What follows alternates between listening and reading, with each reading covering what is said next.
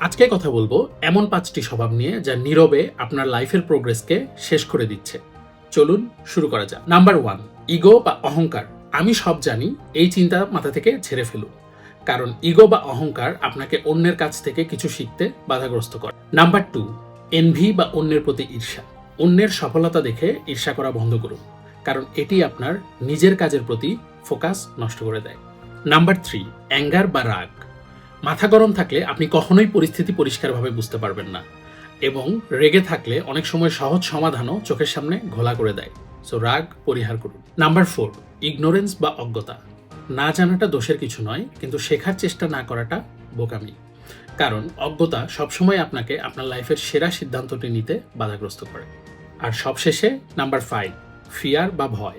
যদি ফেইল করি, এই চিন্তা থেকে আমরা আমাদের কমফোর্ট জোন থেকে বেরই হতে চাই না, তবে কমফোর্ট জোন থেকে বের হওয়া সব থেকে জরুরি। আর এই 5টি স্বভাবের মধ্যে কোনটি আপনাকে সব থেকে বেশি ভোগাচ্ছে অবশ্যই সততার সাথে কমেন্ট করে জানাতে পারেন।